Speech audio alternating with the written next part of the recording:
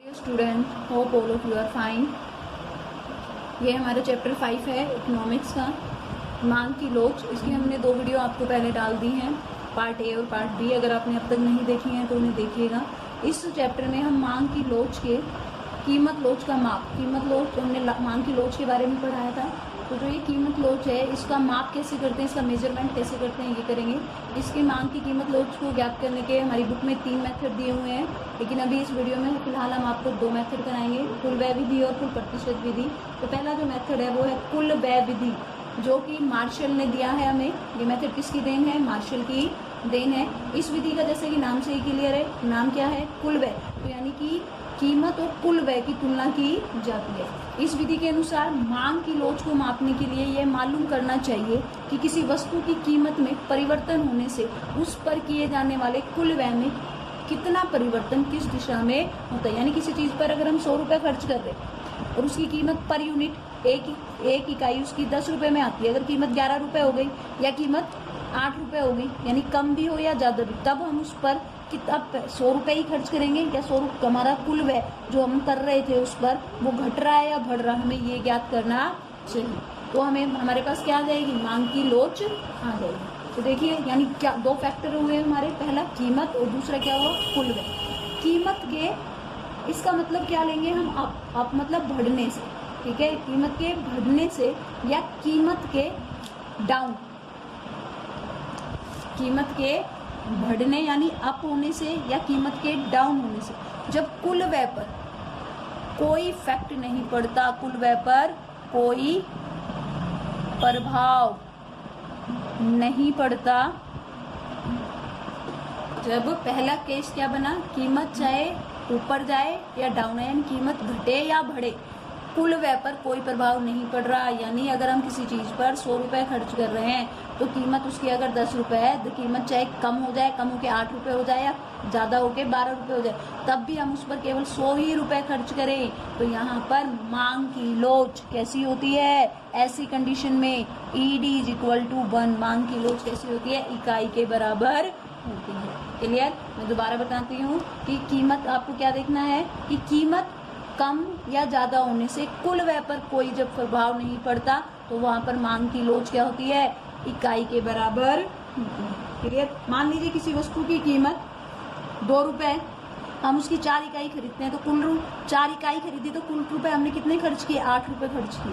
Clear? लेकिन वस्तु की कीमत कम होकर 1 हो गई, वस्तु की कीमत क्या हो गई? कम होकर 1 हो गई, लेकिन फिर हमने उसकी 8 इकाइयाँ खरीदी, तो टोटल हमने उस पर कितने रुपए खर्च किए? 8 रुपये खर्च किए। पहले भी 8 कर रहे थे और अब भी 8 रुपये खर्च कर रहे हैं, तो यहाँ पर मांग की लोच क्या हुई? इकाई के बराबर। क्लियर? दूसरा देखिए,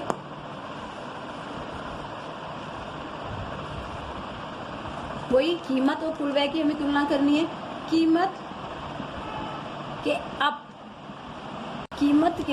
अप होने पर कुल व्यय क्या हो जाए? डाउन। कुल व्यय, कीमत अगर बढ़े तो कुल व्यय क्या हो जाए? कम हो जाए। कीमत अगर डाउन हो तो कुल व्यय क्या हो जाए? अप। यानी इन दोनों के बीच कैसा रिलेशन हो? ऋणात्मक। एक बढ़े तो दूसरा घटे, दूसरा घटे तो पहला, मतलब एक बढ़े तो दूसरा घटे, अगर एक डाउन हो रहा है तो दूसरा बढ़े।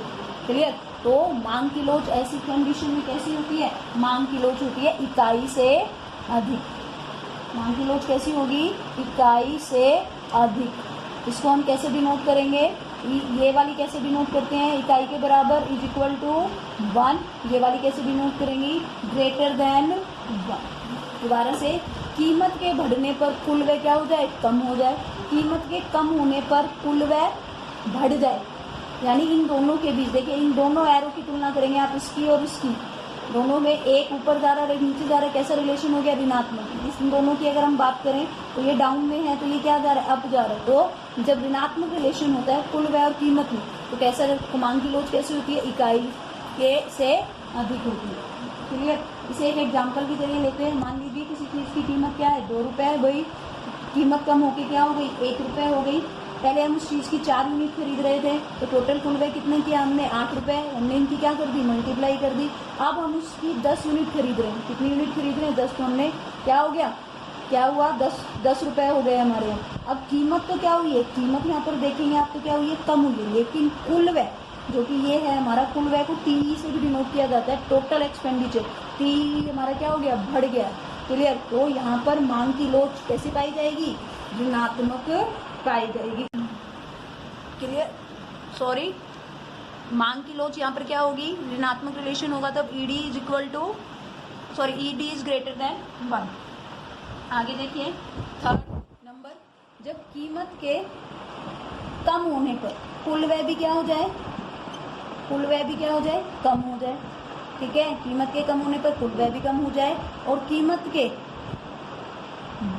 बढ़ने पर कुल व्यय भी बढ़ जाए।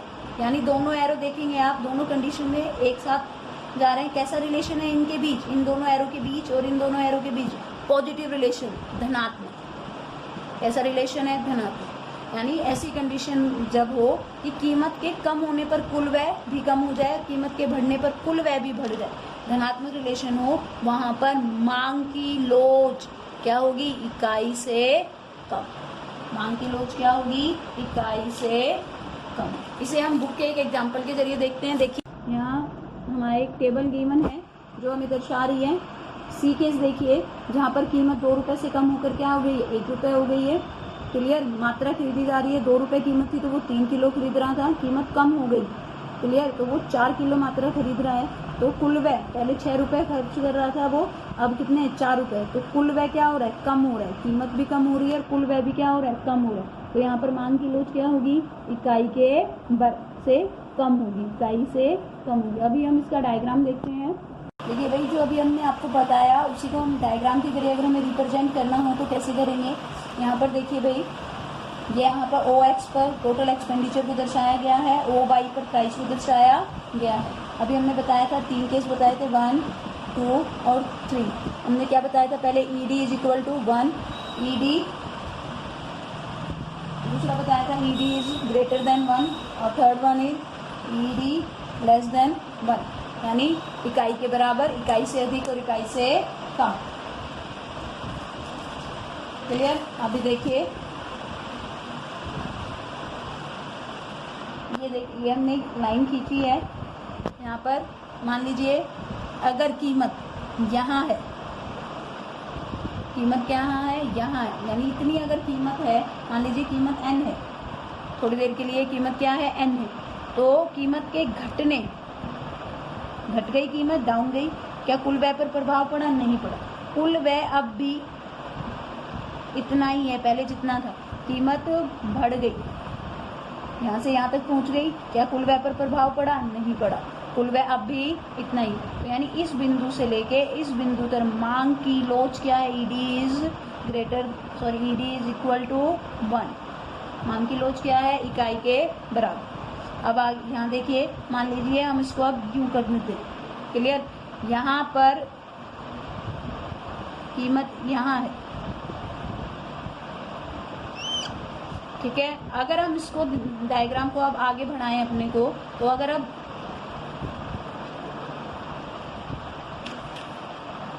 तो कीमत अगर कम हो गई, ये कीमत क्या हुई है, इससे नीचे आई है, तो कीमत क्या हुई है, कम हुई है। तो कुल व्यय अगर आप देखेंगे तो पहले कुल व्यय आप इतना खर्च कर रहे थे यहाँ, ठीक है, लेकिन अब कितना कर रहे हैं, इतना। तो कुल व्यय भी क्या हो गया, कम। ठीक है, कीमत भी क्या हुई है, कम हुई है, कुल व्यय भी क्या हो गया, कम हो गया, इतना कम हुआ है। तो ये कौन सी स्थिति है, ये स्थिति है। तो यहाँ पर यहाँ से लेके यहाँ तक मांग की लोच क्या है, इकाई से कम। मांग की लोच क्या है, इकाई से कम। क्लियर। अब यहाँ इकाई से अधिक वाली की सिचुएशन देखते हैं। मान लीजिए ये हमारा यूँ जा रहा है, यहाँ पर कीमत ये है, ठीक है, इसको थोड़ा और ऊपर कर लेते हैं हम भाई, तो हमारे को अब देखें अगर कीमत बढ़ रही है, यहाँ देखिए कीमत यहाँ थी, कीमत बढ़कर कहाँ हो गई, यहाँ आ गई। कीमत तो बढ़ गई, कीमत क्या हो गई, बढ़ गई, लेकिन कुल व्यय क्या हो गया, कम हो गया। कुल व्यय क्या हो गया, कम। ठीक है, यानी कीमत बढ़ रही है, कुल व्यय क्या हो रहा है, कम हो रहा है। तो ये यहाँ से लेके यहाँ तक की जो स्थिति है वो क्या है, ईडी इज ईडी जो क्या है, इलास्टिसिटी ऑफ डिमांड जो है यहाँ पर क्या है, इकाई से अधिक। क्लियर? दोबारा देखिए बुक में, ये जो अभी हम आपको ब्लैक बोर्ड पर डायग्राम बता रहे थे वो आपकी बुक में गिवन है। OX पर टोटल एक्सपेंडिचर, OY पर प्राइस को दर्शाया गया है। जो ये TE जो लाइन है ये यहाँ से लेके यहाँ तक ये टोटल एक्सपेंडिचर को डिनोट कर रही है। जो A से B तक की जो लाइन है वो ED इज़ ग्रेटर देन 1 है। CD क्या है, ED इज़ लेस देन 1। और ED ये जो B और C का जो पार्ट है वो क्या है, ED इज इक्वल टू 1 है। क्लियर? एक बार इसको जरूर पढ़िएगा, आपको समझ में आ जाएगा। इससे रिलेटेड डायग्राम देख लीजिएगा। यहाँ हिंट में दिया हुआ है आपको कि यहाँ TE कुल व्यय वक्र है, मांग वक्र नहीं, क्योंकि अब तक हमने इस चैप्टर से रिलेटेड आपको जो भी डायग्राम कराए या क्वांटिटी को हम ले रहे थे, इस कुल व्यय विधि में ध्यान रखिएगा जो OX है उस पर टोटल एक्सपेंडिचर को लिया गया। क्वेश्चन देखिए, अगर न्यूमेरिकल, इस चैप्टर में बहुत सारे न्यूमेरिकल हैं तो प्रैक्टिकल जो क्वेश्चन दे रखे हैं इलस्ट्रेशन वो करके देखिएगा। किसी वस्तु की कीमत 6 रुपये प्रति इकाई से कम होकर 3 रुपये प्रति इकाई होगी, यानी कीमत क्या है, पहले कितनी है 6 रुपये, अब कीमत कितनी हो गई 3 रुपये।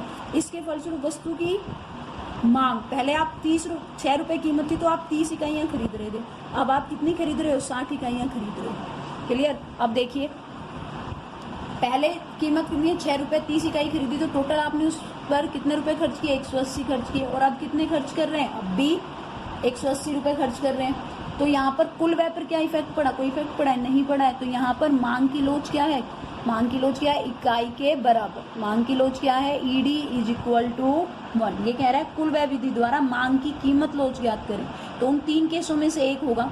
क्लियर? यहाँ पर कीमत क्या हुई है, कम हुई है, लेकिन कम होने पर भी कुल व्यय पर कोई इफेक्ट नहीं पड़ा, तो ED इज इक्वल टू क्या है, 1। क्लियर? इस तरह का एक भाई मांग की लोच मापने की जो दूसरा मेथड है वो है अनुपातिक विधि या प्रतिशत विधि। ये भी हमें मार्शल ने दी है, जो कि कुल व्यय विधि भी हमें किसने दी थी, मार्शल ने दी थी। इस विधि को शुरू करने से पहले हम आपको एक एग्जाम्पल बता रहे हैं। ये कह रहे हैं, जब देखिए बुक में, जब आइसक्रीम की कीमत 4 रुपये से कम होकर 2 रुपये प्रति आइसक्रीम हो जाती है, आइसक्रीम की कीमत 4 रुपये से कम होकर क्या हो गई, 2। क्लियर? तो मांग एक आइसक्रीम से बढ़कर, मांग एक आइसक्रीम से बढ़कर 4 आइसक्रीम हो जाती है। क्लियर? ये क्या है यहाँ पर, कीमत। ये क्या है, कीमत। और ये क्या है, क्वांटिटी। ये P यानी कीमत है और ये क्या है, मात्रा। क्लियर? ये जो है हमारे पास P प्रारंभिक सिचुएशन, यानी जब कीमत 4 रुपये है तो हम कितनी मात्रा खरीद रहे हैं, 1 इकाई खरीद। तो ये हमारी क्या है, प्रारंभिक मात्रा, मांग। ये क्या है, प्रारंभिक, इनिशियल जिसे हम बोलते हैं, प्रारंभिक मांग, जिसे इकोनॉमिक्स में Q द्वारा दर्शाया जाएगा। किसके द्वारा दर्शाया जाएगा, Q द्वारा। क्लियर? इसके द्वारा दर्शाया जाएगा Q। ये क्या है हमारी P, प्रारंभिक, क्या है, प्रारंभिक कीमत। इसे किसके द्वारा दर्शाया जाएगा, P द्वारा। इसके द्वारा दर्शाया जाएगा, P द्वारा दर्शाया जाएगा। ये कीमत 4 रुपये से कम होकर क्या हो गई, 2। तो ये क्या है, नई कीमत। ये क्या है, नई कीमत। इसे किसके द्वारा दर्शाया जाता है, P1। क्लियर? ठीक है कि नई कीमत जब 2 रुपये हो गई तो हमने मात्रा कितनी खरीदी, 4। ये क्या है, नई मांग। क्लियर? नई मांग को किसके द्वारा दर्शाया जाएगा, क्लियर, Q1। अब कीमत में परिवर्तन कितना हुआ, कीमत में परिवर्तन कितना हुआ ये जानने के लिए आप क्या करेंगे, प्रारंभिक कीमत में से, क्लियर, क्या करेंगे, प्रारंभिक कीमत जो P है, P ले रहे हैं हम, उसमें से P1 जो कि नई कीमत जो है हमारी P1 माइनस क्या करेंगे, P। क्लियर? कीमत में ये क्या आएगा आपके पास, जो ये P1 में से P माइनस करेंगे तो आपके पास क्या आएगा, डेल्टा P। डेल्टा P को क्या कहेंगे हम, कीमत में परिवर्तन। बात समझ में आई? ये क्या कह रहा है, जब नई कीमत में से पुरानी कीमत घटा देंगे तो नई कीमत क्या है हमारी, 2 है, पुरानी कीमत कितनी है, 4 है। तो जब हम इसमें से घटाएंगे तो ये क्या है, -2। ये -2 क्या है, डेल्टा P। पी डेल्टा का मतलब इकोनॉमिक भाषा में परिवर्तन होता है। क्लियर? डेल्टा का मतलब यहाँ ये छोटी सी जो हम त्रिभुज बना रहे हैं डेल्टा पी, तो डेल्टा पी क्या है? अगर डेल्टा पी को मैं लिखूँ तो नई कीमत में से पुरानी कीमत को जब घटाया जा रहा है तो हमारे पास वो क्या आ गया? Delta P. ऐसे ही डेल्टा क्यू क्या हो जाएगा? जब Q1 में से आप Q को माइनस करें। बात समझ में आए? ये क्या है? जब डेल्टा Q क्या है आपका? Q1 में से जब आप Q को माइनस करेंगे, Q1 क्या है? 4 है, Q क्या है? 1 है, तो आपके पास डेल्टा Q क्या आ गया? 3। ये जो अब हम नेक्स्ट जो अनुपातिक विधि पढ़ेंगे उनमें ये दो ये डेल्टा P और डेल्टा Q ये हमारे लिए इम्पोर्टेंट है। ये हमने आपको बता दिया है ये कहाँ से आया। अब हम इसका फॉर्मूला देखते हैं इस विधि द्वारा। अभी हमने आपको बताया था उसको फॉर्मूले में अगर हमें कन्वर्ट करना हो तो क्या होगा? ईडी यानी मांग की लोच इज इक्वल टू अनुपातिक विधि द्वारा निकालने के लिए हमें क्या करना पड़ेगा? मांग में अनुपातिक या प्रतिशत परिवर्तन डिवाइड बाय कीमत में अनुपातिक या प्रतिशत परिवर्तन। जब मांग में अनुपातिक या प्रतिशत परिवर्तन को कीमत में अनुपातिक परिवर्तन से भाग कर दिया जाता है तो हमारे पास क्या आ जाती है? मांग की लोच आ जाती है। चलिए अब देखिए ये कैसे निकालेंगे? मांग में परिवर्तन, अभी हमने बताया था आपको मांग में परिवर्तन यानी डेल्टा क्यू, हमने क्या बताया था? मांग में परिवर्तन। तो कैसे निकाला था हमने मांग में परिवर्तन? Q1 माइनस Q, ये हमने मांग में परिवर्तन निकाला था अपॉन। अब पहला सिर्फ हम ऊपर का ये पोर्शन कर रहे हैं, ये तो हमने निकाला था सिर्फ मांग में परिवर्तन, लेकिन हमें क्या चाहिए? मांग में अनुपातिक या प्रतिशत परिवर्तन चाहिए। हमें प्रतिशत परिवर्तन निकालने के लिए प्रतिशत में कन्वर्ट करना पड़ेगा ना।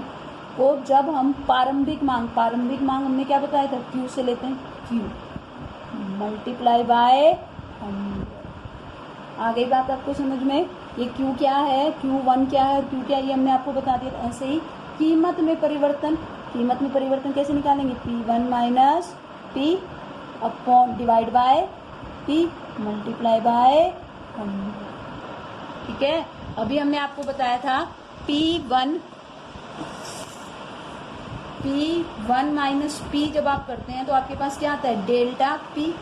Q1 माइनस Q करते हैं तो आपके पास क्या आता है? Delta Q। क्लियर? तो मैं इसी फॉर्मूले की जगह ये माइनस का साइन आप साथ साथ जरूर लेके चलिएगा। हमने इसको किस में कन्वर्ट कर दिया? इसमें कन्वर्ट कर दिया। ठीक है? अगर हम इसी को लें तो ये हमने अभी आपको बताया था ये किसको डिनोट करता है? ये डिनोट करता है डेल्टा Q को, और ये वाला पार्ट किसको डिनोट करता है? डेल्टा P को। ठीक है? तो हम ये वैल्यू रख सकते हैं। ठीक है? तो हमारा अब यही जो फॉर्मूला है अब हमारा क्या बन जाएगा? अगर मैं उसकी जगह रख दूं delta Q upon Q multiply by 100। ठीक है? ये माइनस का साइन ये आ गया, इसके आ गया, ये क्या बन जाएगा? Delta P upon P multiply by 100। ठीक है? आगे देखिए। क्लियर? यहाँ तक आपको आई होप आपको समझ में आया होगा। ये 100 से 100 क्या हो जाएगा? कैंसिल हो जाएंगे। ठीक है? 100 से 100 क्या हो जाएंगे? कैंसिल हो जाते हैं। चलिए आगे देखते हैं। तो 100 से 100 कैंसिल हो गए तो अब हमारे पास क्या बचा? अब हम थोड़ी देर के लिए यहाँ जाते हैं। हमारे पास बचा delta Q upon Q divide by ये माइनस का साइन है डेल्टा P। अगर हम इसको आगे लिखें इक्वल करके तो हम क्या कर सकते हैं? डेल्टा Q अपॉन Q, ये इसके नीचे है तो इसका मतलब क्या है? ये डिवाइड में है तो हम इसको डिवाइड में ऐसे लिख सकते हैं delta P upon P। Clear?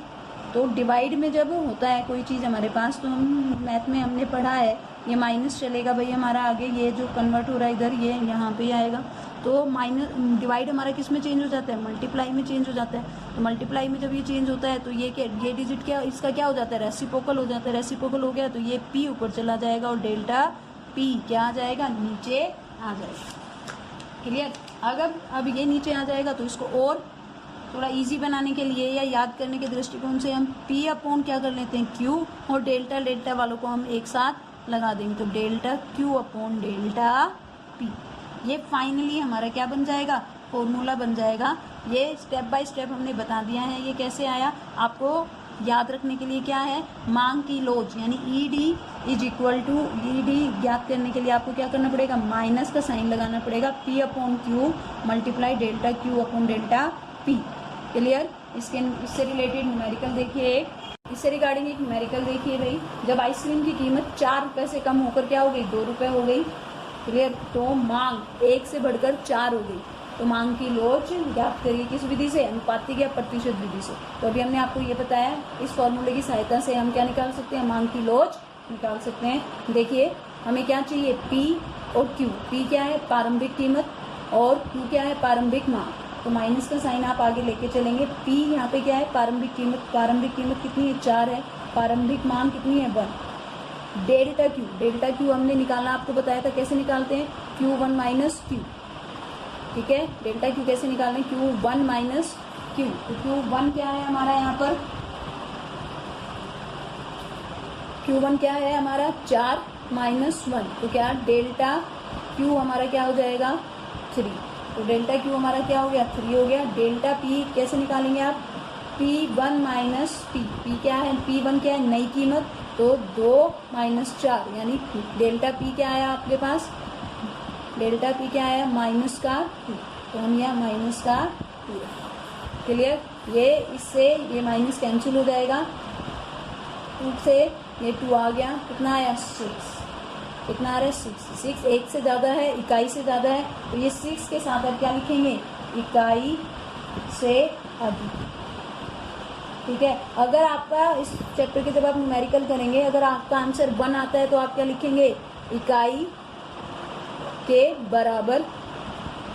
और अगर आंसर पॉइंट में 75, पॉइंट में 235 आता है तो वो आंसर क्या हो जाएगा, इकाई से कम। मांग की लोच क्या हो जाएगी, इकाई से कम। यहाँ पे क्या है, इकाई से अधिक, इकाई से। क्लियर।